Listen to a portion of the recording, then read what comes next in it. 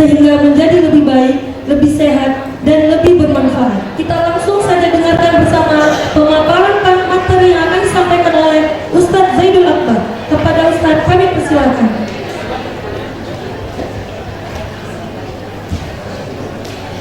Bismillahirrahmanirrahim. Assalamualaikum warahmatullahi wabarakatuh.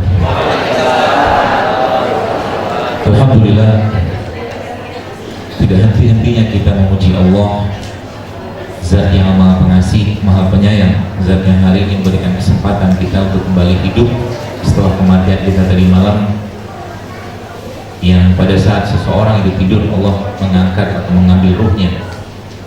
Hanya kehendak Allah saja yang memutuskan ruh kita tersebut dikembalikan lagi atau tidak pada raga. Maka malamnya kita adalah malam di mana sesungguhnya kita sedang berjuang atau kita sedang mempertaruhkan apakah kita hidup lagi besok atau tidak. Allah Subhanahu wa taala, teman-teman sekalian, memberikan begitu banyak tanda-tanda kebesarannya kepada kita semua. Tidak lain tidak bukan tanda-tanda kebesaran tadi dilakukan atau diciptakan Allah untuk menunjukkan eksistensi Dia sebagai Roh, untuk menunjukkan keberadaan Dia sebagai Tuhan yang Maha Pencipta. Allah Subhanahu wa taala dengan 100 kasih sayang yang disebut dalam hadis, hanya satu yang Dia berikan atau Dia turunkan ke atas muka bumi. 99 yang nanti Allah akan berikan nanti ketika kita sudah masuk surganya Allah. Maka hidup di dunia bagi seorang mukmin bukanlah sebuah kehidupan yang membahagiakan sebenarnya. Sebahagia apapun kehidupan kita, pasti kita akan mati. Seromantis kehidupan pasangan suami istri, dia akan berpisah. Seenak-enaknya makanan yang kita makan, pasti kita akan berhenti makan tadi. Atau sesehat-sehat makan apapun, kita akan berhenti. Ada kefanaan di sana.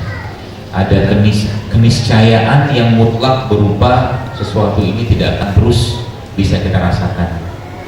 Maka kalau manusia itu dibongkar, Bapak Ibu sekalian, badannya dibongkar, maka sisa badan kita ini tidak lain tidak bukan hanyalah elektron-elektron yang berputar, hanyalah proton dan neutron atau proton dan neutron yang mereka berputar mengelilingi atom-atom tadi. Kalau dikatakan dunia ini fana, ya benar, dunia ini fana. Bahkan kalau dikatakan elektron dan proton neutron tadi semua berputar ya mengelilingi atomnya pada ruang tak terbatas. Maka harusnya seorang mukmin itu menjadikan kehidupan dunia ini betul-betul menjadi kehidupan yang dia sibuk dengan beramal, sibuk dengan beribadah, sibuk dengan melakukan ketaatan sebagai bentuk persiapan.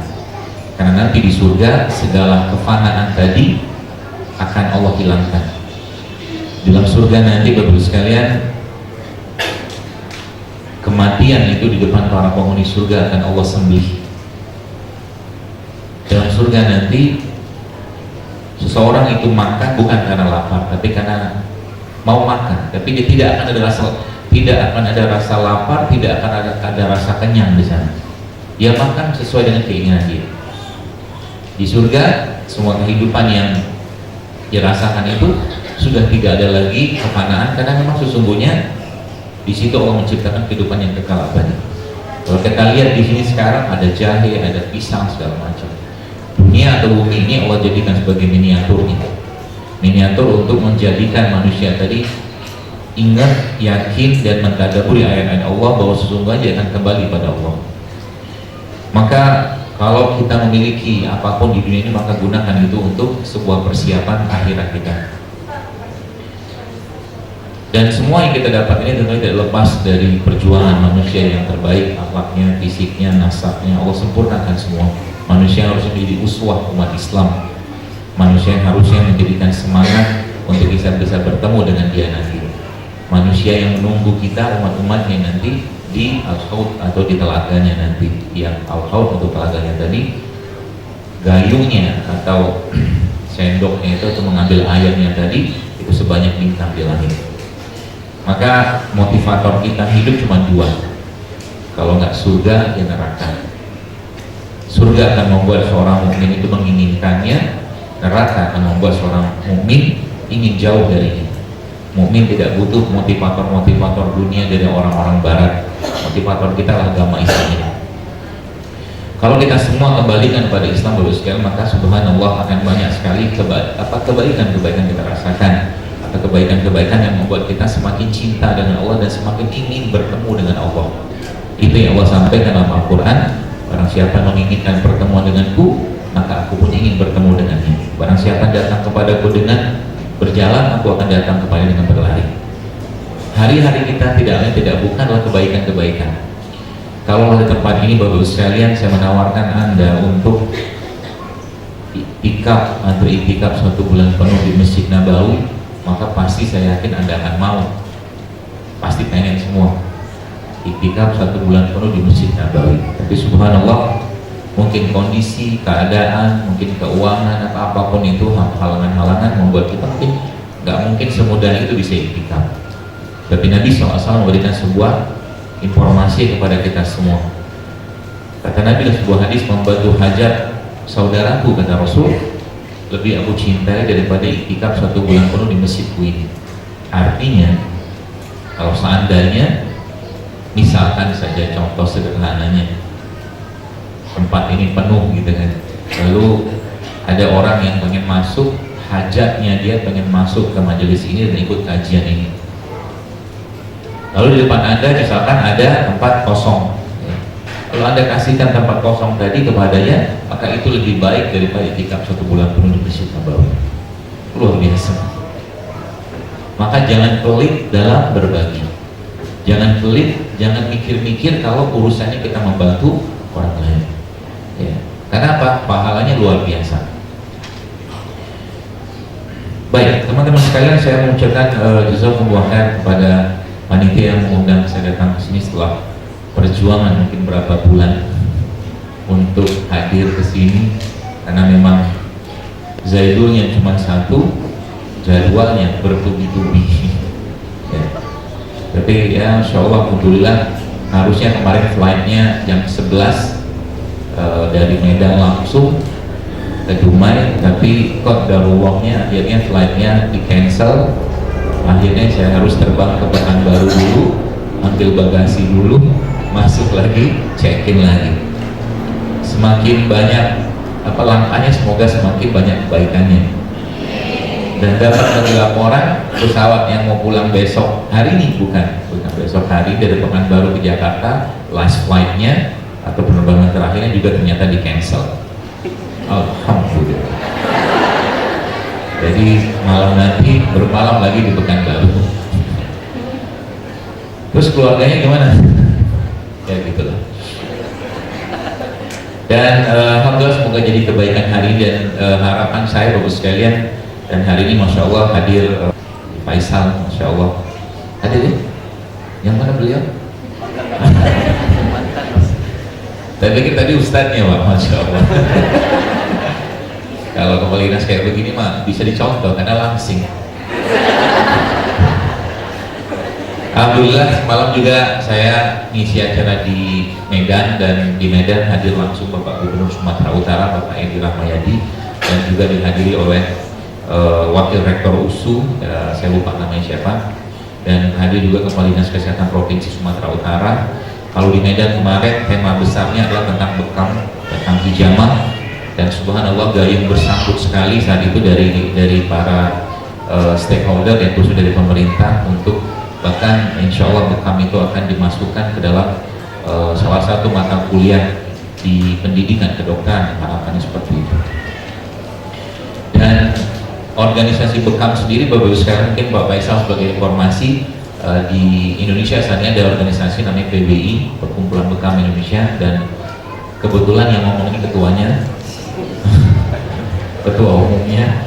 Jadi saya memang kemarin di Medan itu ada musyawarah daerahnya ya, untuk memilih ketua baru, dan Allahu Akbarnya yang terpilih seorang dokter anestesi ketuanya, ya, seorang dokter anestesi yang juga beliau juga mendalami juga tentang pengobatan Islam seperti apa. Beliau meninggalkan pengobatan konvensional pastinya. Menurut saya itu sinergikan saja, apa-apa yang baik sana ambil, apa-apa yang mungkin kurang atau mungkin kita bisa ambil sumber lain, ambil sumber lain ya. Jadi alhamdulillah Dr. Kodri namanya, spesialis anestesi, dan beliau juga konsultan kardiovaskuler, dan beliau kemarin alhamdulillah terpilih menjadi ketuanya. Harapan saya ke depan juga nanti Bekam di daerah Duma ini bisa terwujudkan lebih baik lagi dengan PBI salah satunya sebagai salah satu organisasi penaungnya. Ya. Sehingga dengan itu gaung ini, gaung hijamah atau gaung ibu nabawi bisa semakin kita rasakan di mana-mana. Yang di Pekanbaru juga sama, dan insya Allah kita akan bergerak lagi ke berbagai tempat. Nanti harapannya mungkin Pak Faisal, harapan saya nanti bisa dibantu oleh teman-teman di sini untuk perizinannya, karena memang dari Kemenkes sendiri hanya PBI saja yang mendapatkan legalitas saat ini sebagai organisasi yang bermitra tentang Bekam dengan Kementerian Kesehatan seperti itu. Nah, itu memang organisasi kita buat tidak lain tidak bukan untuk mengatur sebenarnya proses pembekaman tadi agar menjadi lebih baik ke depannya, dan secara keamanan, secara efikasinya juga bisa terbukti. Jadi nanti insya Allah Medan juga akan menjadi salah satu tempat yang akan dibuat riset-riset tentang hijamah atau bekam. Kita perlu, karena saat ini master atau S2 bekam belum ada, doktor bekam belum ada. Ya, kita butuh itu ke depan, karena sesuai dengan peningkatan zaman kayak sekarang ini kita butuh orang-orang secara akademisi bergerak dalam penelitian, mungkin dari stakeholder atau regulator membuat peraturan yang memudahkan, dari kita mungkin teman-teman pelaku ini, pelaku pembekam atau ibu nabawi ini dimudahkan dalam izin, sehingga nanti dia jalannya seiring gitu, jalannya seiring. Saat ini mungkin kalau kita bicara tentang kesehatan ya, kesehatan masih ya kita harus akuin ya, beban pemerintah sekarang dalam hal pengobatan itu luar biasa teman sekalian. Saya pernah sempat diskusi dengan seorang teman. Jadi satu tahun saja kita membeli obat TBC itu, yang pernah saya dengar dari seorang teman, itu bisa 140 miliar beli obat TBC. Saya nggak tahu di rumah itu gede sekali. Anda bayangkan kalau 140 miliar itu dibikin lahan kunyit. Ya, lahan kunyit, jahe, daun tin, daun bidara, subhanallah. Ya, nanti kita akan bahas sedikit ya, supaya nanti Bapak Ibu paham ya. Oh ternyata ngobatin penyakit itu gampang sekali, gampang banget ya. Asal apa? Asal kita kembali ya, kembali ke apa ya? Ke apa yang sudah Allah perintahkan kepada kita. Jadi syarat sehat itu apa bagi seorang mukmin? Hanya dua, ikutin Al-Quran dan ikutin sunnahnya Nabi. Hanya dua. Al-Quran maksudnya hal-hal yang berhubungan dengan sunnatullah ya. Sunnatullah maksudnya yang apa yang Allah perintahkan dalam Al-Quran ya, itu kita ikut. Contoh begini, contoh manusia atau Allah SWT menciptakan alam semesta ya. Allah SWT menciptakan alam semesta, ada pagi, ada siang, ada malam ya, ada pagi, ada siang, ada malam, ada pergantian di situ ya. Ketika matahari terbit dan mata kita menangkap matahari, maka otak kita secara otomatis akan berubah sistem hormonnya. Itulah yang pertama. Otak kita ketika lihat matahari pagi-pagi, dia akan berubah sistem hormonnya. Yang malamnya adalah sistem hormon parasimpatik, dia akan berubah menjadi simpatik. Itu tadaburnya. Ya, yang malamnya adalah parasimpatik, hormon rileks, hormon tenang. Ketika lihat matahari langsung switching dia, langsung kayak tombolnya itu berubah menjadi hormon-hormon yang sifatnya waspada atau hormon simpatik. Maka kalau kita lihat di situ, matahari kan terbit katakanlah ya jam 6 lah mungkin kurang lebih, terus dia matahari itu katakanlah tenggelam sampai katakanlah jam 6 sore ya, 12 jam kurang lebih untuk normalnya kita di sini. Maka seluruh hormon yang ada pada manusia saat itu Bapak Ibu sekalian, apa yang terjadi? Dia semua dalam kondisi waspada. Dia berada pada kondisi yang maksimal untuk melaksanakan peran dan fungsinya dia. Itu sebabnya kita lihat kata Allah dalam Al-Quran kan, pagi-pagi subuh gitu kan, setelah kalian sholat, zikir segala macam, bertebaranlah kalian, kata Allah begitu. Maka kalau dari sisi kesehatan, saya mencoba mentadaburi ayat ini ya. Dan kita perlu memang mentadaburi ya, supaya paham apa maksudnya gitu kan. Jadi ternyata kalau kita lihat nanti dari sisi komponen manusia, struktur manusia, bagaimana Al-Quran menjelaskan, bagaimana sunnah-sunnah Nabi menjelaskan, kita akan bahas insya Allah, moga Allah mudahkan. Jadi Bahasa saya, jadi sebenarnya makan itu paling baik kapan? Antara matahari terbit sampai matahari tenggelam. Itu makan yang baik. Di luar itu secara hormonnya kita tidak siap untuk banyak-banyak makan. Itu sebab Nabi kita alaihi salatu wassalam, Rasulullah SAW, ba'da isya beliau tidur. Itu udah pelajarannya kan. Ba'da isya beliau tidur. Jadi antara pukul 6 katakanlah matahari terbit sampai ke sampai ke sore, itu waktu terbaik kita untuk makan. Ya. Sehingga nanti dapat kesimpulan dari situ, berarti waktu terbaik olahraga kapan? Antara matahari terbit kan? Jadi olahraga itu bukan malam. Itu pesannya. Dan alam semesta juga, ya, ketika kalau kita bahas alamnya Allah ini, subhanallah teman-teman sekalian, pagi-pagi kayak begini dengan sinar matahari yang ada, kemudian dari dari proses itu muncul fotosintesis, terciptalah fotosintesis, ada gula, ada energi segala macam, subhanallah, ya. Itu terjadinya saat siang, ya, ya.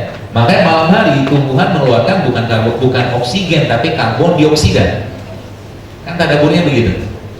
Jadi tumbuhan itu mengeluarkan karbon dioksida di malam hari, dan siang harinya dia mengeluarkan oksigen. Itu sebabnya dalam makanan-makanan kayak begini ada energi di sini, ada tenaga di sini.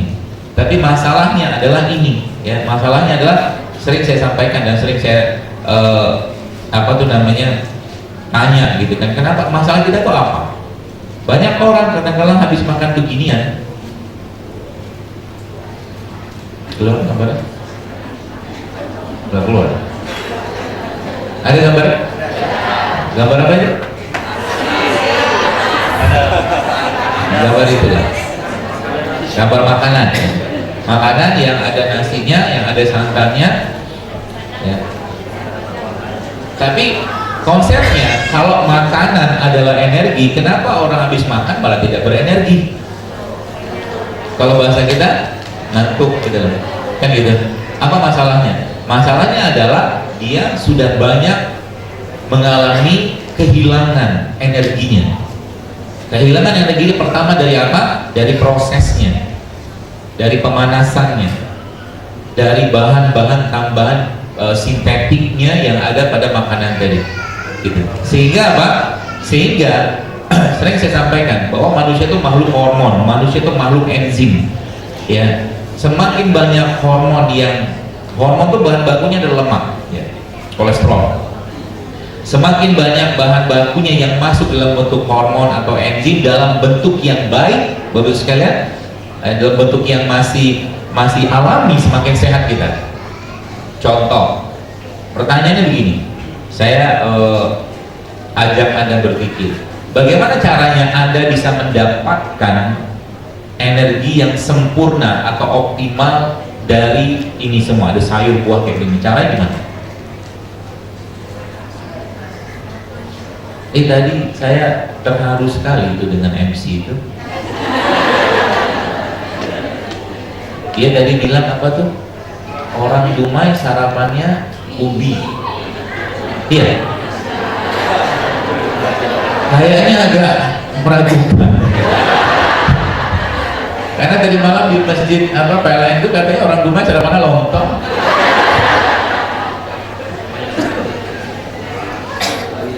Jadi banyak hal-hal, sedikit intermezzo, banyak hal-hal di kehidupan kita yang kadang-kadang ditimbulin kita. Contoh, apa tuh, ada lagu itu judulnya apa ya? Apa tuh? Nina Bobo. Nah, Bobo kan Nina Bobo, oh Nina Bobo. Kalau tidak bobo, nyamuk tuh tidak punya gigi, Pak Bu. Nyamuk tuh punya sumur, dia nggak ada gigi. Ya. Kenapa orang gigit nyamuk? Jadi nyamuk tuh jangan disalahkan, dia cari nafkah. Nyamuk tuh gigit, bukan gigit. Nyamuk tuh nyedot kita karena apa? Karena kitanya nggak bersih, rumahnya nggak bersih. Itu sebenarnya. Jadi kalau ada sesuatu yang tidak lazim terjadi, kemungkinan besar kitanya, lingkungan kita bermasalah. Kuman TBC itu bukan di manusia tempatnya, gitu loh. Kenapa sekarang muncul kuman TBC? Karena habitatnya diganggu, termasuk polio segala macam. Ya bukan di kita tempatnya dia. Ya makanya bahasa saya itu, manusia itu jangan banyak menzolimi alam. Ya, jangan banyak menzolimi alam. Nah sekarang kembali sini, pertanyaannya bagaimana cara kita mendapatkan ini semua? Tapi tadi saya syukur sekali kalau saya benar-benar penduduk Dumai itu makan ubi. Ubi itu sehat. Daripada Anda makan nasi putih, mendingan Anda makan ubi. Entah ubi singkong atau ubi jalar atau ubi cilembu, itu jauh lebih baik daripada Anda makan nasi putih. Ya. Kenapa? Itu apalagi Anda makan kayak kentang itu pernah saya share, kentang itu lebih baik Anda makan sama kulitnya. Iya, betul. Durian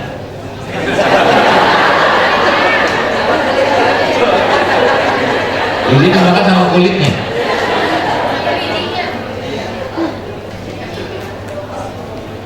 Apa namanya? Kulit durian yang bagian putihnya itu anti kanker loh. Yang bagian putihnya itu tempat durennya bersemayam itu bagian anti kanker. Jadi kalau di sini loh sekalian, penduduk Dumai ini atau rakyat Dumai ini kan lagi musim duren nih. Anda nggak usah banyak-banyak makan durennya, dagingnya, banyaknya makan bijinya, maka tulang Anda akan kuat. Karena biji durian itu mengandung kolagen, salah satu bahan yang untuk memperkuat tulang. Sayangnya kita banyakkan makan durian yang bijinya dibuang. Terus bijinya dia apa? Direbus, dikukus gitu kan, nanti dimakan itu.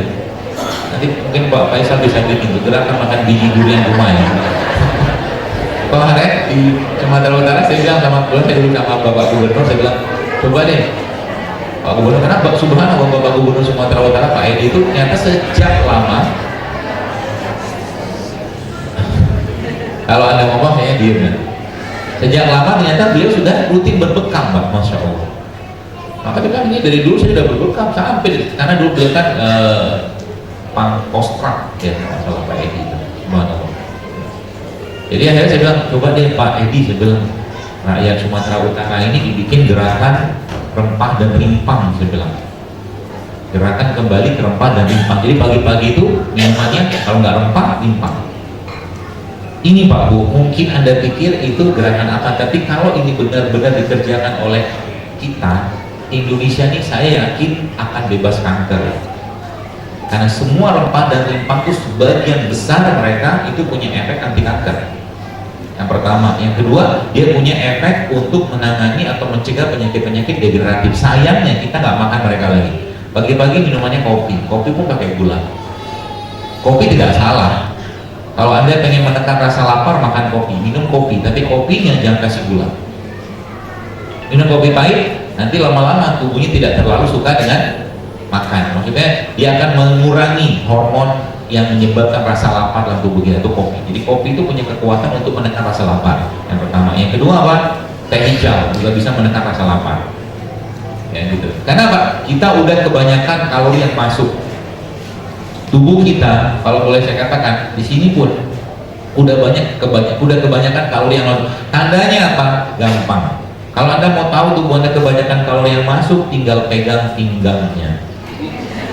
Kalau pinggangnya banyak lipatan, artinya banyak timbunan lemak, kan gitu kan? Dulu ibu-ibu yang wajahnya seperti persegi gitu kan, wajahnya persegi gitu, tapi sekarang subhanallah seperti rembulan. Itu karena apa? Lemak lagi sana, timbunan di sini gitu kan, lemak. Caranya dikurangi gimana? Nah gampang, nanti saya jalan-jalan ya. Seperti itu. Jadi mudah-mudahan apa yang akan kita bahas hari ini Bapak sekalian menjadi semangat kita untuk saya katakan, saya nggak tahu ya, mungkin Pak Faisal tadi tidak memberikan data-data tentang penyakit pembunuh nomor 1 di Dumai ini, tapi saya yakin itu degeneratif lah, kanker segala macam, betul ya Pak ya? Nah pertanyaan penyakit degeneratif itu kayak stroke, kencing manis, darah tinggi ya, atau asam urat atau penyakit jantung, munculnya kenapa? Karena orang nggak bisa ngatur makan, itu aja sebenarnya. Karena kita nggak mau ngatur lagi makanan, sehingga apa? Semua dimakan, pagi siang malam makan terus. Puasa pun Ramadan tidak jadi bulan untuk bersih-bersih badan, tapi bulan Ramadan tidak lebih jauh makanannya daripada 11 bulan yang lain. Ya kan? Gitu loh. Padahal para sahabat itu kalau bulan Ramadan sibuk dengan ibadah, bukan sibuk dengan makanan. Sayangnya kita di bulan Ramadan justru malah inflasi kita paling tinggi. Sibuk buka dengan siapa, makan bau apa, buka apa, subhanallah. Ya, maka teman-teman sekalian, mudah-mudahan hari ini menjadi semangat kita ya untuk membantu pemerintah lah mungkin dalam hal ini. Saya tadi setuju banget ya Kementerian Kesehatan atau Dinas Kesehatan, sehingga nanti rumah sakitnya sepi. Kalau rumah sakit sepi, nanti orang datang ke dokter bukan lagi berobat, tapi nanya, dokter makanan apa yang sehat untuk jantung? Itu nanya nanti ke depan. Jadi terpaksa dokternya belajar nutrisi kan? Karena dokter 6 tahun sekolah kita nggak banyak belajar nutrisi loh, gitu loh. Obat lagi, apa nanti dananya dialihkan. Sekarang BPJS defisit berapa triliun coba, masya Allah. Dan itu salah kita, jangan pikir itu tidak ada kontributornya kita ada kontributor di sana. Kita penyumbangnya di sana. Maka yang mudah-mudahan lagi-lagi sampaikan hari ini menjadi semangat kita bersama untuk memperbaiki diri kita, keluarga kita. Itu dulu ya. Gak usah kita bicara yang lebih luas. Ibu-ibu, masya Allah yang hari ini datang, mari bikin makanan sehat di rumah. Mari bikin minuman sehat di rumah. Jaga badannya, jaga dirinya ya. Jangan sampai tiap hari makanan dikasihkan ke anak-anaknya semuanya makanan nggak sehat. Suami juga tiba-tiba misalkan, jadi kalau ibu-ibu sudah mulai belajar, tiba-tiba suami minta teh, dikasihnya kunyit sama dia. Apa bagus kayak begitu kan? Suaminya katakan minta es cendol, dikasihnya jahe gitu kan. Dan yang luar biasa lagi loh sekalian, ya kalau mungkin bapak-bapak nih saya pesan ya, subhanallahnya tuh ada teman saya, dia biasa di Jakarta tuh dia jemput saya kalau pas lagi ada kajian gitu, kita dok bener sih dok, kata dokter ketika mulai hidup saya itu ternyata kualitas hubungan suami istri itu meningkatnya luar biasa, kualitas. Dia bilang maaf ya tiap hari sini sedikit agak-agak itulah, jadi bilang setiap hari itu hasrat dia berhubungan itu luar biasa meningkat. Jadi kita begitu, emang apa yang dikerjain? Dia bilang simpel banget, dia bilang ngurangi makan nasi putih, ngurangi makan gula, ngurangi makan tepung, ngurangi minyak. Nah, itu ternyata berefek luar biasa ke badannya. Jadi kita begitu ya. Maka lagi disampaikan, mari kita jadikan hari ini momentum kita untuk memperbaiki ini semua Bapak sekalian, dan mudah-mudahan nanti dengan ini kita bisa membantu pemerintah ya. Jadi tidak banyak lagi orang-orang sakit datang ke puskesmas yang ngantri setiap subuh, kan kasihan. Dokternya kasihan, pasien pun kasihan. Dokter itu manusia juga, letih juga. Kalau mereka udah capek, mau tidak mau kadang-kadang ya pelayanan tidak akan optimal kan. Ya. Kalau masyarakatnya sudah mulai sehat, nanti rakyatnya atau masyarakatnya datang nyamberin dokter, bawain pisang, bawain apa kayak zaman dulu gitu ya. Baik, jadi pertanyaannya kembali ke sini, bagaimana kita bisa dapatkan makanan ini betul-betul menjadi makanan yang sehat tanpa banyak pengolahan kayak begini? Caranya sederhana sekali. Anda pernah lihat karedok? Karedok itu kan apa beda karedok sama gado-gado? Karedok tapi jauh lebih baik dikukus ya, jauh lebih baik dikukus daripada digoreng, karena nggak pakai minyak kan gitu. Nah, makanan kayak begini baru sekarang bisa Anda optimalkan untuk mendapatkan nutrisinya tanpa mengalami perubahan. Caranya gimana? Bikin salad, ya kan?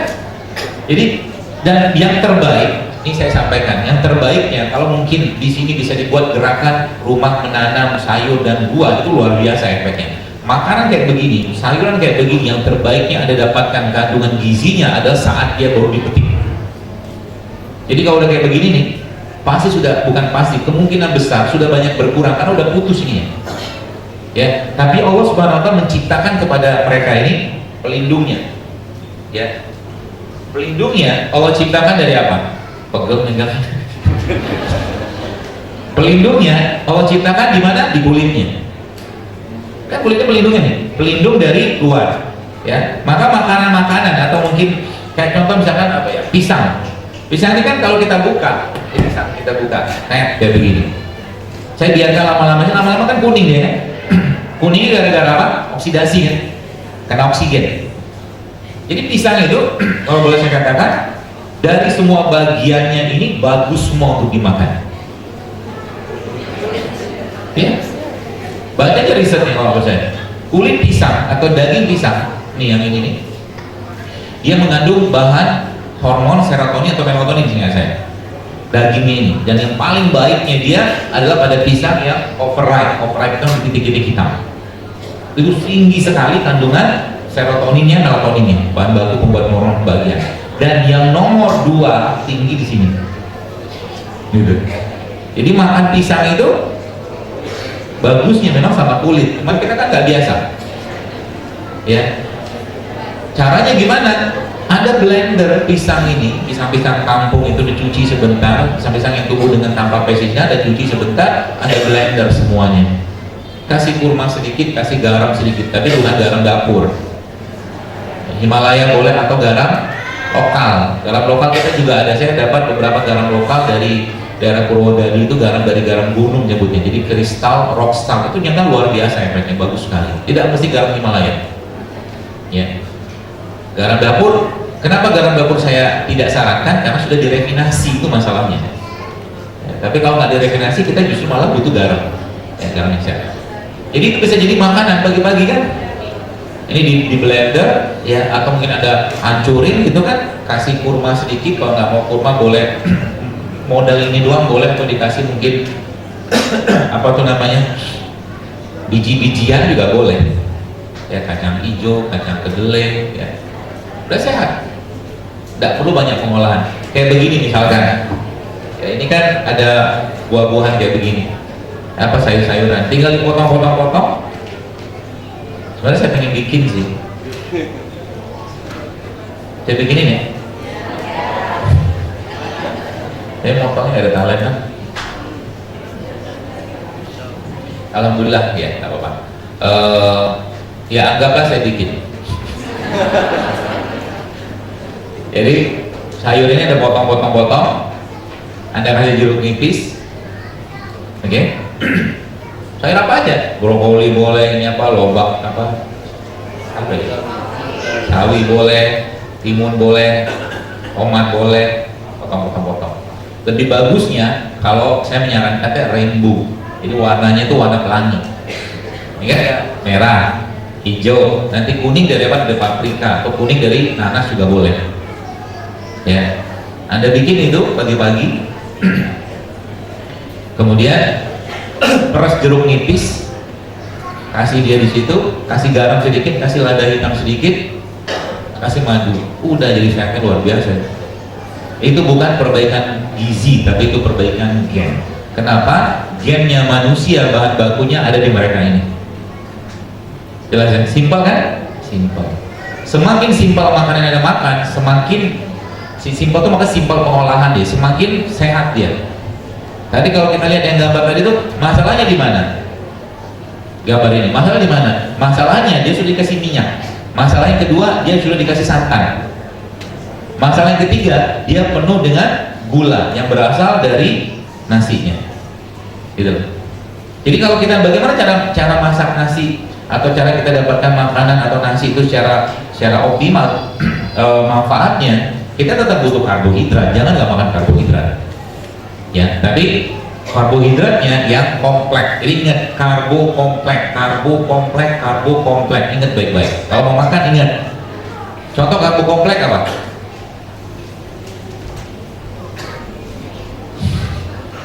Nasi merah, nasi coklat, beras hitam, kentang, ubi, itu kompleks. Ya. Kalau sudah dihilangkan atau dilakukan proses, ini kan kompleks juga nih. Ini kan gula kompleks sebenarnya, jadi nggak masalah. Gula, tapi dia relatif aman. Ya. Nasi atau beras, nasi putih sebenarnya aman awalnya. Ya. Tapi ketika dilakukan pengolahan, diapain dia? Tumbuh-tumbuh, kemudian bijinya atau selaput itunya itu hilang, sisanya cuma biji beras yang mengandung gula yang tinggi gitu. Makanya orang diabetes kan nggak boleh makan nasi sama dokter kan gitu, tapi bukan nggak boleh makan karbohidrat. Dia harus makan karbohidrat, tetap harus makan karbohidrat, tapi dalam jumlah yang kita atur ya. Maka yang makan selaput pembungkus nasinya tadi, yang makan siapa? Ayam yang nggak kena diabetes, manusianya ketinggian gula, gitu. Jadi itu kita mentadaburi Bapak sekalian. Sama kayak ini kan, tomat ini Bapak sekalian, dia punya bahan anti kanker prostat. Nah, saya mengajari Anda begini, namanya whole food. Jadi bahasa whole food itu maksudnya Allah menciptakan mereka semua komplit. Dalam tomat ada lycopene. Ada apa? Lycopene. Lycopene itu fungsi apa? Dia anti kanker, terutama kanker prostat salah satunya. Tapi kalau saya ditanya, dokter, kalau orang makan atau mungkin kalau mau dapatkan bahan anti kanker pada tomat, maka yang dimakan tomatnya semua. Jadi kalau dibilang berarti yang bisa menghilangkan kanker gitu kan dengan izin Allah pastinya pada tomat ini bukan lycopene-nya tapi tomat secara keseluruhan. Paham ya? Jadi kalau mau makan tomat, makan semuanya. Kunyit ya. Ini namanya, jadi kita mulai menghilangkan namanya paham-paham reduksionis gitu. Kunyit punya anti kanker. Tapi kalau mau dapatkan anti kanker pada kunyit, bukan makan katakanlah kurkuminoidnya aja misalkan, nggak bisa, harus makan kunyit semua. Ya. Sehingga nanti teman-teman mulai paham bahwa ternyata ketika kita mengembalikan ada dua kata kunci, whole food itu makanan semua kayak begini, dan real food, ini kan real food nih. Maka tubuh kita akan terasuh dengan kebutuhan asam amino yang terbaik dari mereka-mereka ini. Whole food atau real food. Ya. Nah, tomat kayak begini. Bagaimana cara mengkonsumsi tomat yang baik? Ada beberapa jenis sayuran yang memang kita butuh untuk diolah, untuk mengeluarkan bahan-bahannya. Ya, salah satunya tomat. Jadi tomat ini diapain? Bukan digoreng. Biasanya kan digoreng itu untuk apa? Untuk bikin sambal. Ya. Tapi dikukus. Jadi lycopene pada tomat ini bisa optimal kalau kita kukus, keluar bahannya dan makan semuanya sama kulitnya, semuanya dimakan dan enak. Jadi pagi-pagi coba diubah sarapannya, jangan lagi lontong. Tomat dikukus, ya, Anda potong-potong gitu kan, nanti dibuka gitu kan, lalu potong-potong caca-caca gitu, kasih sedikit madu di situ, kasih sedikit lada hitam. Ya, kasih sedikit kurma, itu jadi sarapan yang sangat-sangat sehat. Gampang kan?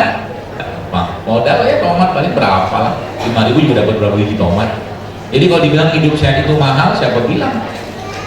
Ya, murah, bahkan murah ya. Masya Allah. Oh iya, lupa, saya tadi sampaikan di di rumah ini, alhamdulillah kan ada sahabat saya juga, Pak Makar, yang juga menjadi salah satu, mana beliau Pak Makar? Nah itu yang pakai masker itu. Ya, beliau juga yang mengundang saya ke sini ya, alhamdulillah. Dan nanti mudah-mudahan bisa bersinergi nanti dengan Bapak Kepala Dinas untuk kita mengembangkan HPBI nanti di sini, nanti bersama beliau, karena beliau juga sudah punya klinik bekam ya, seperti itu. Informasi aja. Itu teman sekalian. Jadi mulai kebayang, jadi semakin, jadi contoh kita bicara tadi lontong tadi, kenapa nggak makan lontong? Saya tidak melarang makan lontong, ya. Tapi kalau makan lontong tiap hari, kira-kira sehat nggak? Sehat. Kenapa? Gula lagi kan? Gitu. Mari kita ubah misalnya. Ya, mari kita ubah dalam rangka apa? Dalam rangka menjaga badan kita agar bisa ibadah lebih baik. Itu aja sebenarnya. Ya, kalau kita udah ibadah lebih baik, maka insya Allah dapat pahala yang sempurna. Ya, seperti itu. Lalu, Bapak sekalian, sebelum kita lanjut lagi, ya, contoh kayak begini. Anda bayangkan modal gini doang nih, modal apa nih?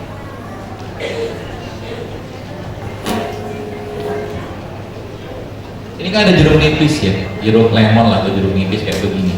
Bayangkan modal ini doang pagi-pagi, itu efeknya luar biasa loh. Ya, Anda yang sudah pernah nyoba belum pagi-pagi sarapan minumnya jeruk nipis? Saya cobain aja, ini gampang begini.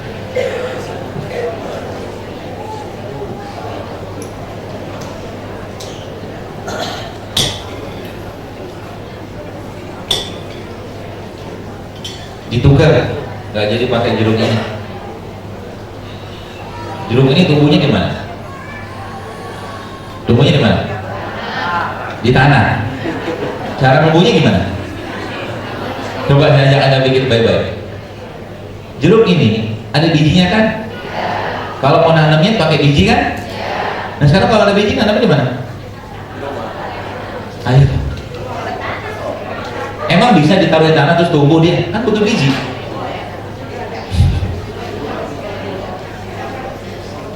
Jadi kalau udah nggak ada biji, nah ini kan ada bijinya. Jadi kalau Anda mau nanam jeruk nipis ini, Anda ambil bijinya, Anda taruh di tanah, kan gitu ceritanya. Nanti dia tumbuh. Kalau nggak ada biji, coba pikir. Makanya jangan keren-kerenan kayak zaman sekarang, cari anggur yang nggak ada biji, cari jeruk yang ada biji. Ya kalau nggak ada biji, nanamnya gimana coba? Stek, oke lah stek. Pokoknya stek tadi asal muasal ada mana coba? Kemungkinan besar dia rekayasa, di crossbreeding. Kan gitu. Ya makanya kalau saya biasanya cari jeruk ya, atau suatu kalau memang Allah menciptakan ada bijinya, cari yang ada bijinya. Ya.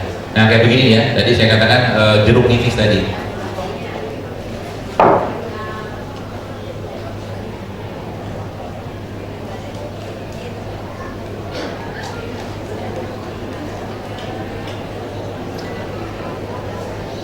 Ya modal gini doang.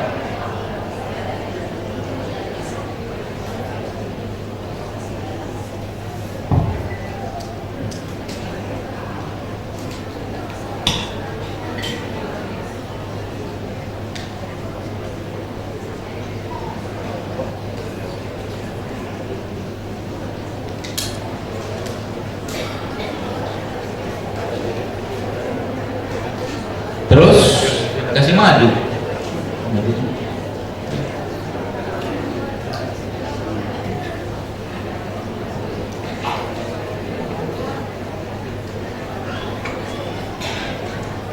Biasanya saya tambahkan garam sedikit.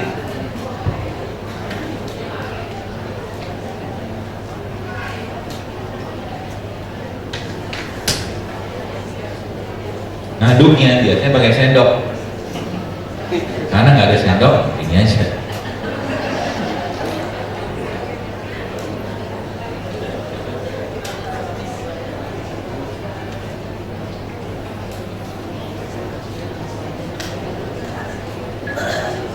Jadi deh, saya kasih tahunya kunyit sama serai sama jeruk nipis. Yang beliau suka sekali. Semoga bapak saya juga suka. Kalau enak beritahu teman, tak enak beritahu teman. Ya, atau ya kita mulai nanti ada beberapa tips-tipsnya baru sekalian yang akan saya share. Mudah-mudahan nanti bisa ada praktekan dan bisa ada buat di rumah. Atau minuman kayak begini.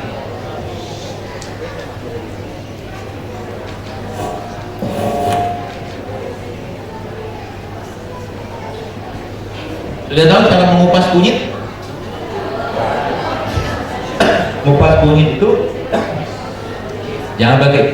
jangan kayak orang motong, kayak dikerok aja. Ya, jadi lebih cepat ya.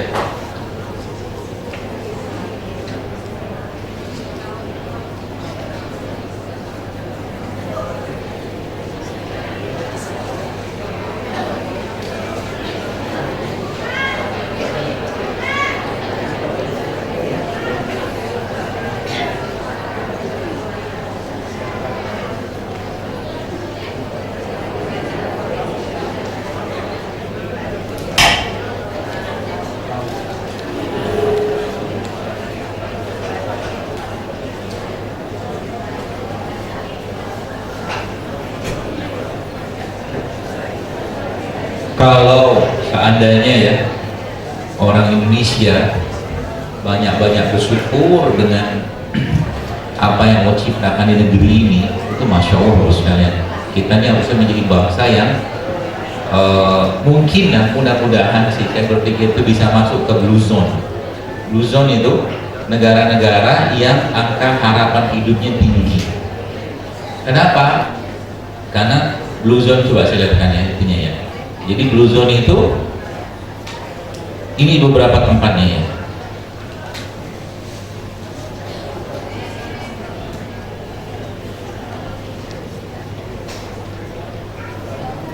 Ini salah satunya, ini daerah Nicoya Peninsula, coba lihat. Kebanyakan dari mereka, ya, Nicoya eat plant-based diet. Jadi mereka lebih banyak dominasi makanannya di sayur dan buah-buahan. Dan they tend to eat very little. Jadi bilang mereka tuh cenderung sedikit sekali mengkonsumsi daging-dagingan. Islam tidak vegetarian, kita makan daging. Tapi kalau kebanyakan daging, buas kita.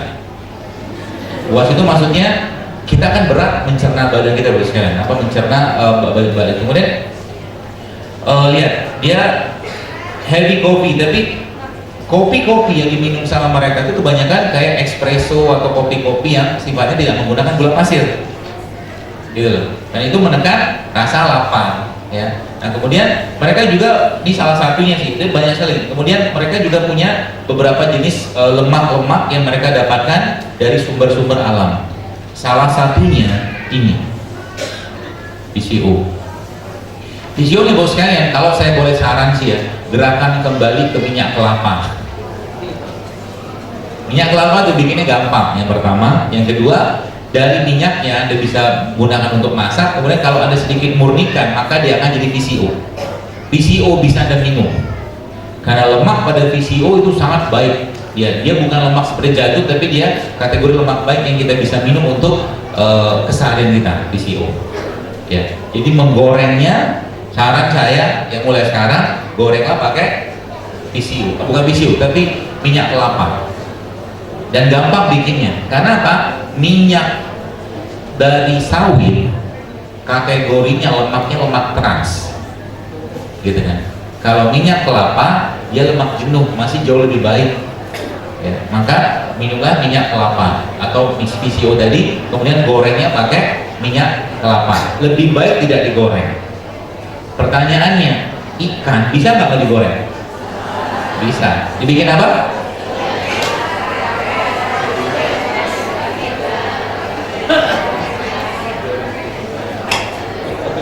Ya, pepes bisa, kukus bisa, di pensil juga bisa. Pensil itu begini. Ini saya ajarin ibu nih. Pensil itu gini Pak Bu. Jadi Anda ambil ikan, udah di file, ikan-ikan yang dagingnya agak-agak ya kayak gabus gitu kan. Lalu file dibuang kulitnya, lalu ikan tadi sudah di file tadi, Anda kasih jeruk nipis. Oke. Taburin jeruk nipis itu, kasih lada hitam, kasih garam, kasih zaitun, buat dia terlumuri semua dengan tadi 3 bahan tadi. Lalu ambil panci, jangan teflon, lebih aluminium atau panci keramik. Teflon tidak baik. Teflon tidak baik. Lebih aluminium atau panci tanah liat yang utuh, yang tidak bergelombang. Lalu si ikan tadi itu Anda tumis. Bukan tumis, Anda pensil namanya, kayak ditumis gitu pakai minyak zaitun sedikit aja, lama-lama makan deh, nggak pakai minyak jadi kita makan. Itu enak banget. Lalunya Anda bikin pastanya untuk ikan tadi. Kalau ada saya buatin, tapi nggak ada. Dari apa? Dari alpukat. Alpukat Anda potong, buka, nanti bijinya Anda serut, Anda parut, buat jadi minuman. Biji alpukat jangan dibuang, dia mengandung antioksidan yang sangat tinggi. Kan luar biasa kan, Allah menciptakan itu komplit semua, ya. Yang saya belum tahu tuh biji kedondong, belum ada kan. Kemudian alpukat tadi Anda blender, kasih jeruk nipis, kasih zaitun, kasih lada hitam, kasih garam cukupnya, kasih bumbu-bumbu lain. Lalu itu dibuat sebagai dressingnya. Jadi Anda bayangkan, misalkan ini ikannya, ya ikannya kan sudah ada pensil tadi kan, taruh di sini misalkan, anggap aja ada. Di sininya pasta dari alpukat tadi. Jadi ikannya Anda potong cuil-cuil gitu kan, cobain pakai alpukat, itu akan jadi makanan yang sangat sehat buat jantung Anda. Simpel, mudah, nggak perlu banyak ribet-ribet tungguin orang goreng-goreng, gitu loh. Apalagi daerah sini kan sangat kaya dengan hasil laut ya, seperti itu. Saya ingin bentar bikin ini.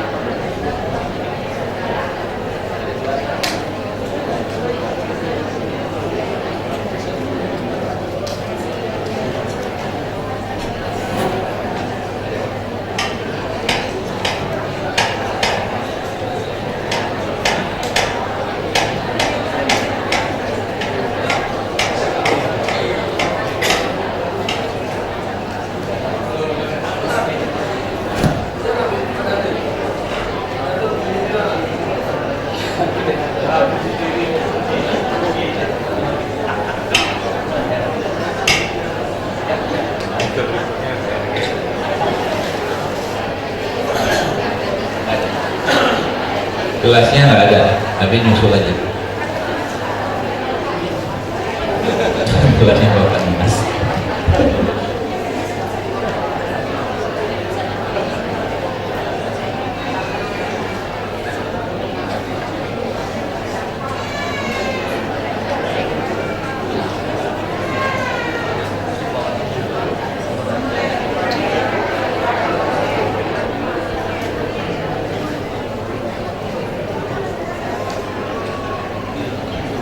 Baik, jadi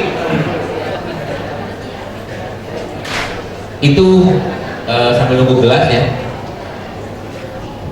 Ada banyak yang kita bisa optimalkan Bapak sekalian dalam apa tuh namanya, dalam apa-apa yang Allah ciptakan, dan kita bisa kombinasikan itu dengan apa tuh namanya, dengan sumber yang lain. Contoh, kalau kita bicara nih nanas coba saya buka, saya potong ya.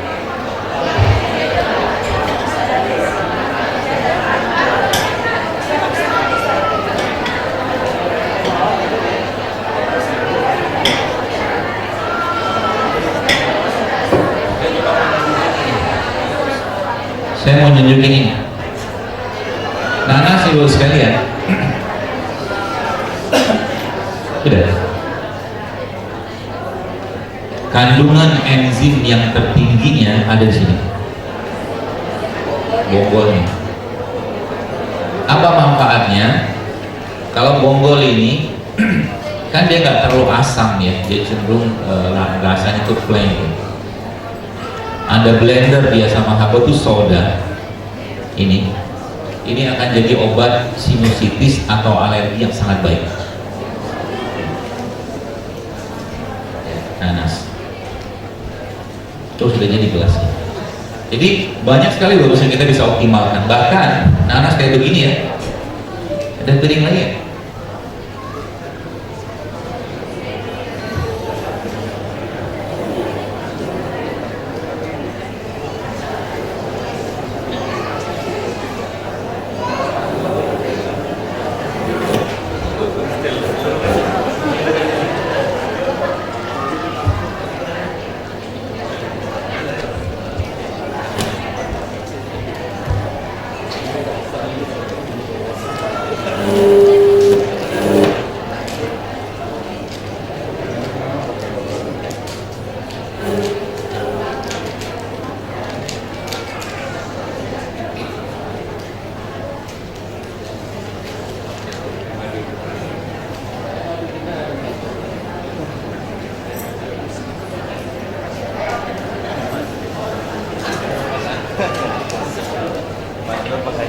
Sederhana minumannya, dari minuman kayak begini putusan subhanallah banyak yang hamil gara-gara ini.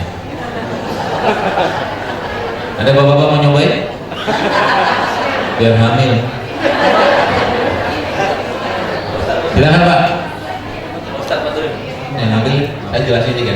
Saya itu sebenarnya di belakang saya itu ada banyak teman-teman tim-tim yang membantu apa yang saya sampaikan ya.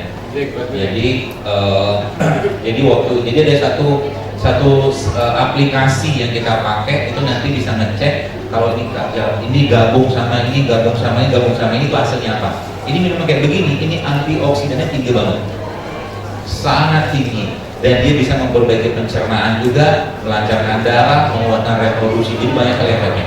Modal cuma kunyit, serai, madu. Anda bayangkan kalau tiap hari saya cuma nyarankan teman-teman dulu sekalian, pagi mau ada bangun pagi minum ini, tidur minum lagi. Itu efeknya sel kita akan digenerasi, diperbaiki sama dia. Silahkan Pak, mau coba seperti kalau sudah pengen.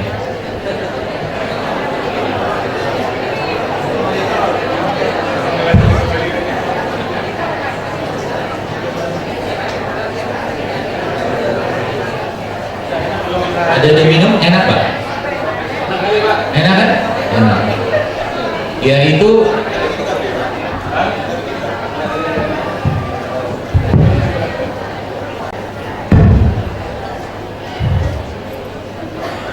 ya, jadi ya madunya bikin manis pastinya. Kalau nggak manis rasanya nanti akan agak pahit dan asam ya. Ya baik itu sekali. Jadi itu salah satunya ya. Jadi kalau kita mulai mau memperbaiki, mengubah isi piring seperti itu tuh efeknya makan luar biasa. Tadi saya katakan kayak misalkan ya nanas kayak begini ya. Nanasnya buat sekalian coba ya pagi hari kita itu memang subhanallah adalah waktu yang terbaik kita untuk makan buah-buahan, waktu yang terbaik dan nyaman-nyamannya. Jadi nanti bikinnya gimana ya seperti ini aja nih, nanas mungkin ada ambil, kemudian ambil semangka sedikit campurkan dengan sayur-sayuran. Nah di situ ada potong-potong kecil gitu kan, lalu tambahkan dengan madu sedikit, kasih garam, kasih lada hitam. Itu akan mempengaruhi atau memperbaiki isi perut Anda insya Allah. Simpel kan? Simpel. Terus nanti lontongnya gimana? Lontongnya ya ditunda dulu lah sementara ini. Nanti kalau badannya sudah sehat, sudah enak, sudah Anda banyak punya kebiasaan hidup sehatnya, baru Anda boleh makannya gitu-gitu. Ini sayur jarang, buah jarang, minum air putih jarang, ya puasa jarang. Gimana mau sehat? Itu sebabnya rumah sakit penuh terus. Kenapa? Umat Islamnya jarang puasa. Rumah sakit kita penuh jamaah masyarakat. Kenapa? Karena umat Islamnya secara khusus ya nggak mengikuti sunnahnya Nabi. Disuruh puasa nggak puasa, disuruh tidur nggak tidur, gitu kan? Setiap sunnatullah atau yang sunnah-sunnah yang Allah sampaikan dalam Al-Quran itu dilanggar, pasti akan muncul masalah. Itu aja sebenarnya. Jadi kalau kita bicara tentang makanan tadi, ya contoh, ini ada tempe nih, lagi heboh-heboh banget tempe. Tempe itu sehat nggak? Sehat, asal jangan digoreng.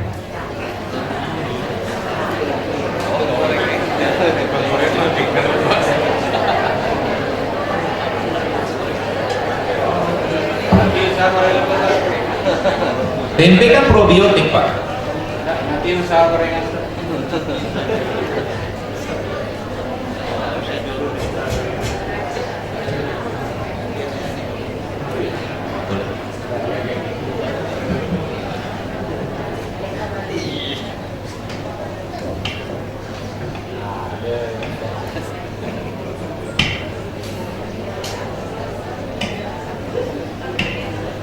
Jadi bagus sekali ya.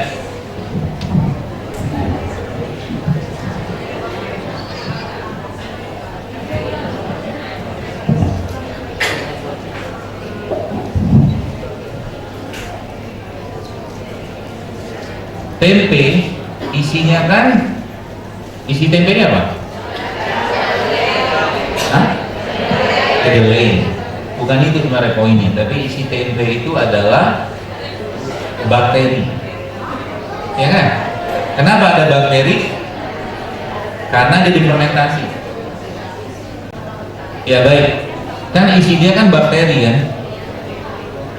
dan bakteri itu harus dikembangbiakkan ketika masuk ke badan kita. Jadi dalam tubuh kita, dalam perut kita itu ada 3 jenis bakteri. Ada seorang ahli mengatakan gitu. Yang pertama bakteri baik, yang kedua bakteri netral, yang ketiga bakteri jahat.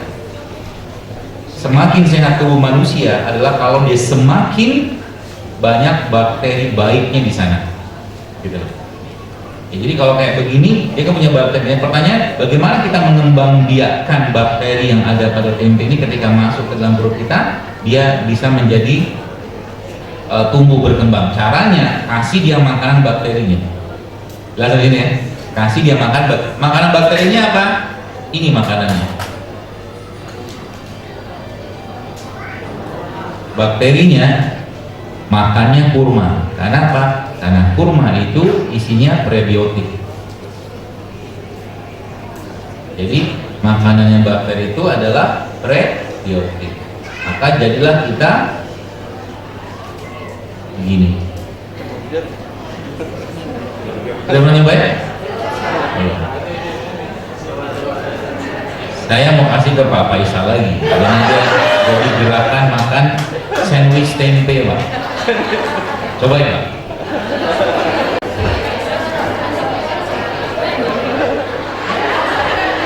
Enak loh, kenapa bilang gak enak? Tuh lihat wajah beliau tuh.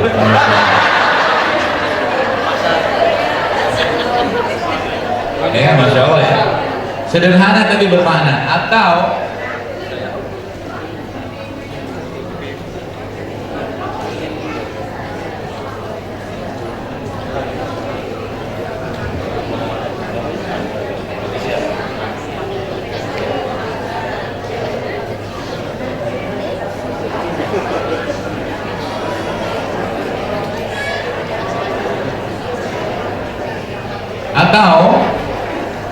tempe kayak begini Bapak sekalian,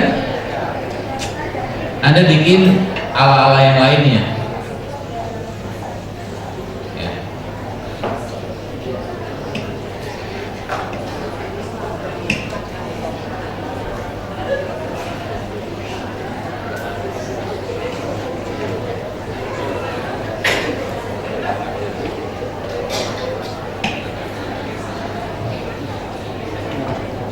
Ini kan tempe. Supaya tempe ini tumbuh berkembang dengan baik, madu.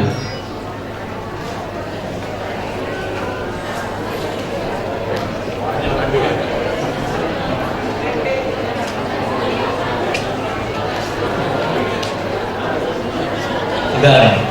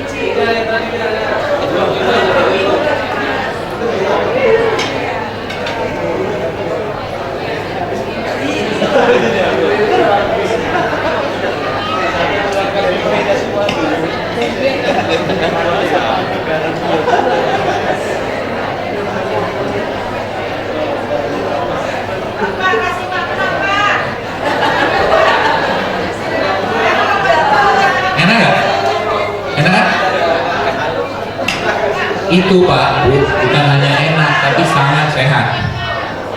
Sangat.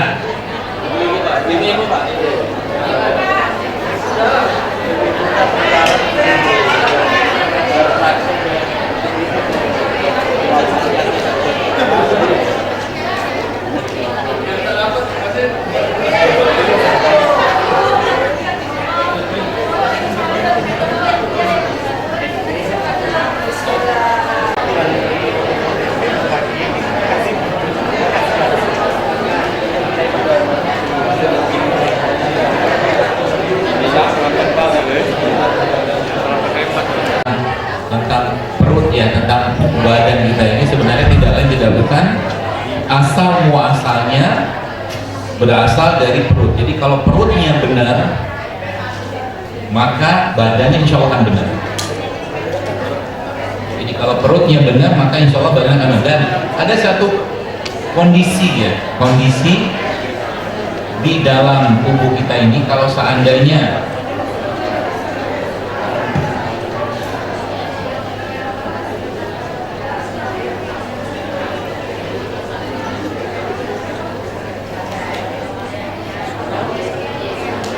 ya, jadi kalau seandainya itu terjadi maka seluruh sistem tubuh kita akan bermasalah. Jadi kondisi itu namanya leaky gut. Leaky gut itu begini, gambarannya ya kurang lebih begini. Usus kita itu atau fili-fili kita itu dia utuh kayak begini, dia ketat begini. Dia menjaga isi bagian dari usus di dalam ini masuk ke dalam darah. Itu dia. Lalu kalau seandainya dia renggang itu dia, karena tadi begini gitu, dia renggang, kebuka, maka ada isi bagian dari usus ini yang masuk ke darah. Itu loh konsepnya. Pemicunya siapa? Pemicu paling utamanya adalah semua makanan-makanan yang mengandung gula tinggi sebenarnya. Paling sering itu adalah tepung-tepungan. Jadi jangan Anda pikir orang autoimun itu bukan apa tiba-tiba muncul penyakitnya kemudian tiba-tiba sakit, enggak. Awalnya dari perutnya dulu. Itu kisahnya begitu. Jadi kayak tepung-tepungan yang kita kenal dengan gluten, ya. Terus ada yang bilang, dokter kan orang tua kita dari zaman dulu makannya gluten, betul. Tapi gluten yang mereka dapatkan dari sumber yang baik. Contoh, tepung singkong atau singkong itu kan dia mengandung gluten juga. Ya, tapi glutennya gluten yang baik. Ya, gluten yang baik kita. Jadi yang kita kenal di Indonesia sekarang sebagai mocha atau modified cassava flour. Ya. Nah, jadi intinya adalah ketika perutnya tadi sudah bermasalah, ya, dan mulai terbuka atau terenggang itunya tadi itu, ususnya tadi itu, maka perlahan-lahan isi bagian perut itu akan masuk ke dalam darah, dan itu cikal bakal autoimun. Yang pertama dan yang kedua, dia cikal bakal penyakit-penyakit degeneratif. Cikal bakal yang paling parah, dia cikal bakal kanker. Kalau sudah perutnya bermasalah, maka dia akan masalah semua. Itu sebabnya sebenarnya, kalau boleh saya katakan, metode. Jadi kemarin itu subhanallah saya melihat satu fenomena Indonesia, saya nggak habis pikir kenapa orang Indonesia begitu gampangnya menggadaikan akidahnya untuk pengobatan-pengobatan yang tidak ada dasar syar'inya.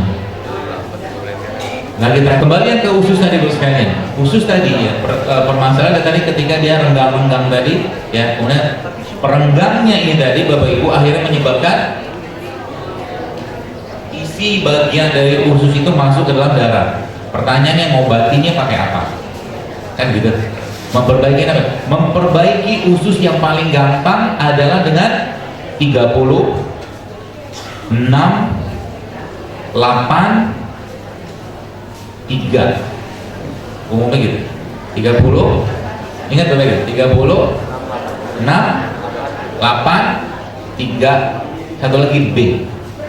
30, 6, 8, 3 B. 30 apa? Puasa Ramadan.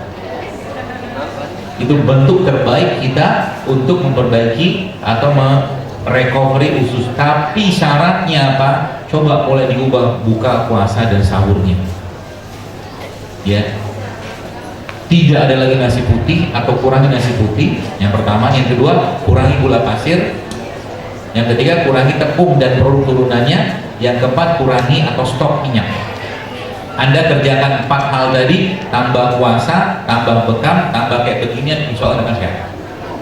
Saya udah buktikan. Kalau Anda yang baca tulisan saya tentang ibu-ibu yang hamil di tulisan saya beberapa hari yang lalu itu total, saya hitung total komennya ada sekitar 5.500 komen, dan itu sebagian besar hamil. Yang selama ini ribet banget urusan pengen hamil, tapi ternyata ketika dikembalikan kepada Al-Quran dan hadis tentang apa yang Allah ciptakan, gampang banget hamil. Subhanallah.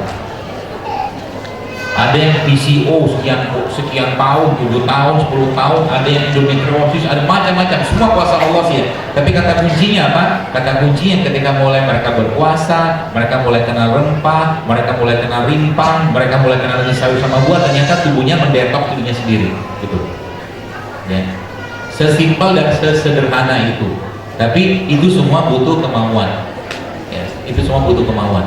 Ya, maka Bapak sekalian, kalau bahasa Al-Qur'annya apa? Falyanzuril insana ila ta'ami. Perhatikan apa yang kalian makan. Kalau Bapak Ibu sekarang makan, saya cuma pesan satu saja. Ya, apa pesannya? Kalau saya makan ini, kira-kira bikin sehat atau bikin sakit? Ini tuh maksudnya apapun yang ada di depan Anda ya. Kalau itu bikin Anda sehat, makan. Tapi kalau bikin sakit, jangan makan. Jelas ya? Sekarang pertanyaannya, misalkan mie ayam itu sehat nggak? Mie ayam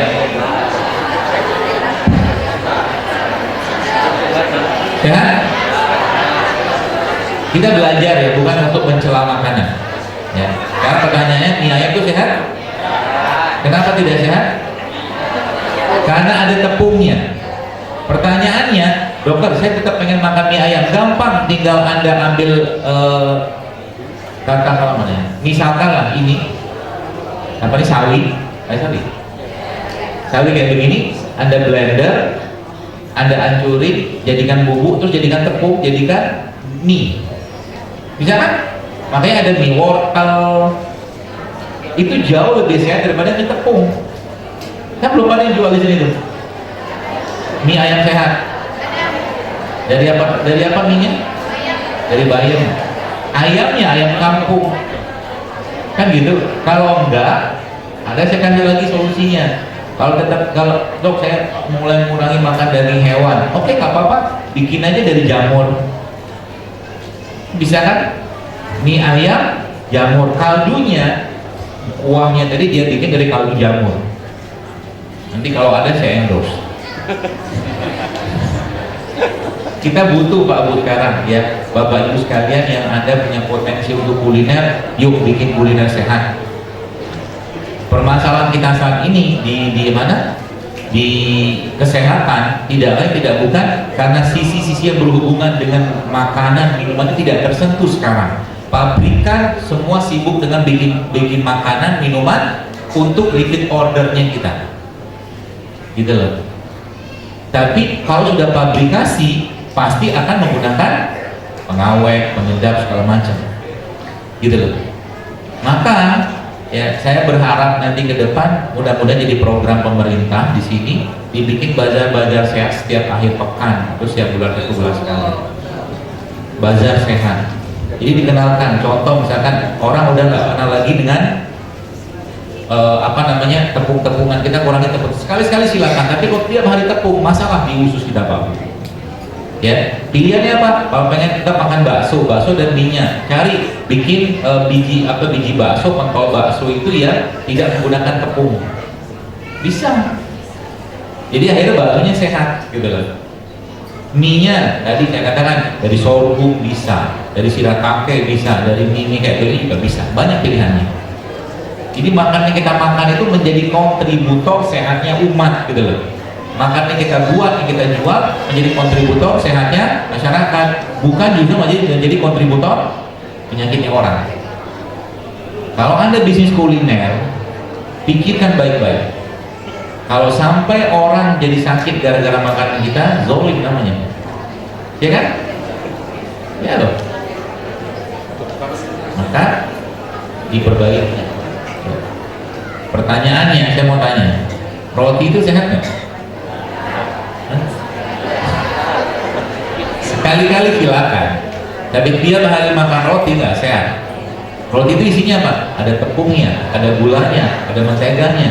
Belum lagi roti-roti yang sudah dipabrikasi. Kalau Anda pergi ke supermarket atau minimarket beli roti yang sudah dipabrikasi, lihat isinya apa. Lebih banyak isi bahan-bahan tambahan sintetiknya loh. Daripada roti itu kan isi sederhananya kan cuma tepung, gula, mentega, susu lah gitu kan. Tapi kalau sekarang sudah roti pabrikasi, banyak banget kalsium, propionat, ini loh segala macam pengembang yang semuanya sebagian besar sintetik gitu. Jadi hati-hati. Dan di sini saya dari kemarin nggak melihat ada fast food. Ada nggak fast food di sini? Banyak fast food yang makan ayam goreng cepat saja. Jadi saran saya ya kita fast foodnya kita tuh apa? Karedok. Itu fast foodnya kita. Jangan mengikuti kebiasaan orang-orang barat yang kalau boleh saya katakan di Amerika itu fast food itu makanan orang miskin. Serius. Kenapa? Karena sekarang untuk beli satu gelas yang isinya salad sayur sama buah dibandingkan dengan satu burger, murah burger. Tapi masalahnya apa? Masalahnya ketika tepungnya, daging olahannya dimakan laki-laki terus menerus dengan segala macam bahan kimia, maka laki-laki tadi akan menjadi ginekomastia. Ginekomastia itu apa? Payudaranya membesar. Kebanyakan hormon perempuan. Jadi hati-hati bapak-bapak sekalian yang hobi banget makan tepung. Hati-hati. Awalnya nanti dimulai dari masalah di ranjang. Laki-laki yang maaf perutnya gendut, belly fat, tidak akan perkasa di ranjang, kemungkinan besar. Itu ada penelitiannya. Karena lemak trans yang ada pada jadi ini mudah-mudahan jadi semangat ya. Semangat kita untuk memperbaiki, bukan untuk menghina, mengejek, bukan. Tapi kalau udah dengar maksud penjelasannya, mudah-mudahan bisa diperbaiki dan turunin berat badan itu gampang. Asal apa? Kurangi gula aja. Kurangi gula. Jadi kalau bapak-bapak makan nasi nih, makan siang nanti kan siang nih makan tuh, coba jangan pakai nasi.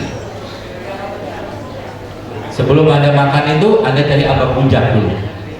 Makan rujak dulu. Nanti kalau datang ke katakanlah rumah makan gitu kan, nah makan sayurnya dulu. Habis makan sayur, Anda makan minum air putih. Kenyang kan? Ayo makan. Alhamdulillah. Nanti ngantuknya hilang, nanti banyak penyakit itu kan hilang terus sekalian, insya Allah.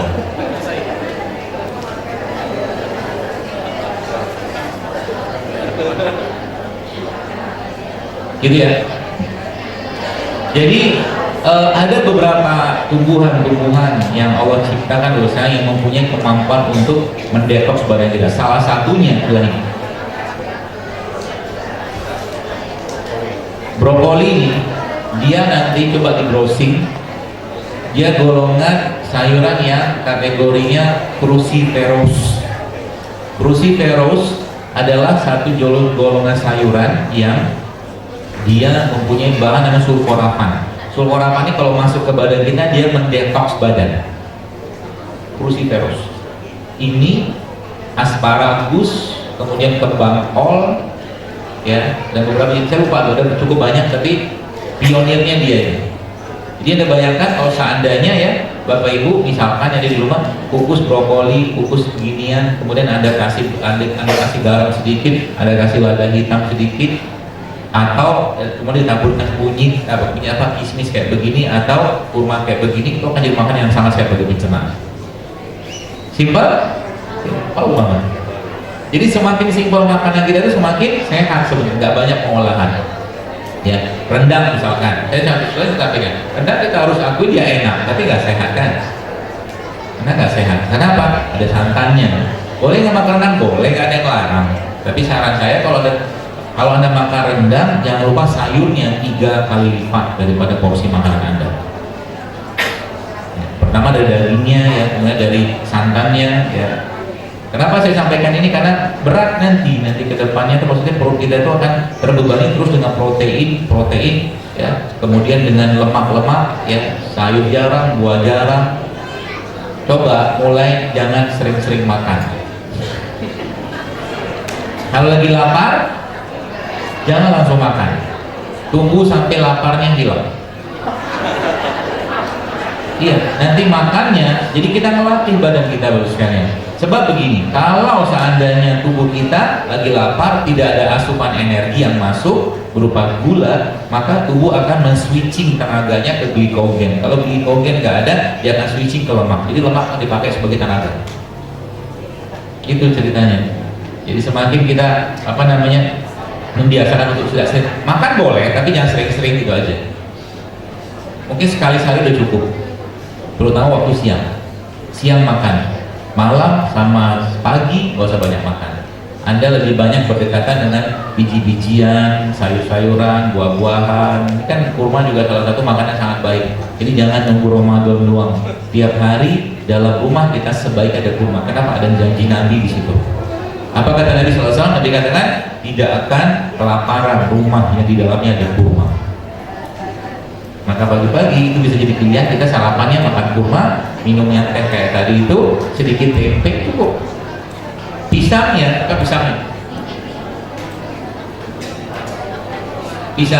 dikukus aja. Pisangnya dikukus, nanti Anda cocol-cocol sama madu. Enak kan?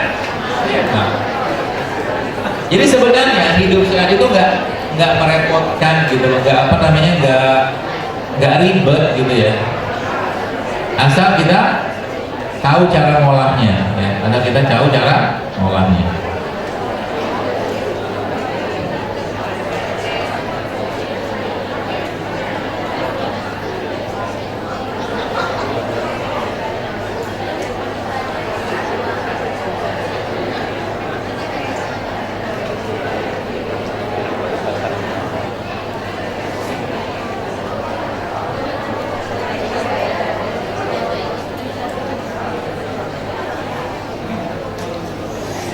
Baik, mudah-mudahan sedikit banyak memberi gambaran ke depan seperti apa sekalian, dan mudah-mudahan sedikit pencerahan ini bisa memberikan kontribusi atau mungkin semangat kita untuk memperbaiki diri kita ke depannya ya.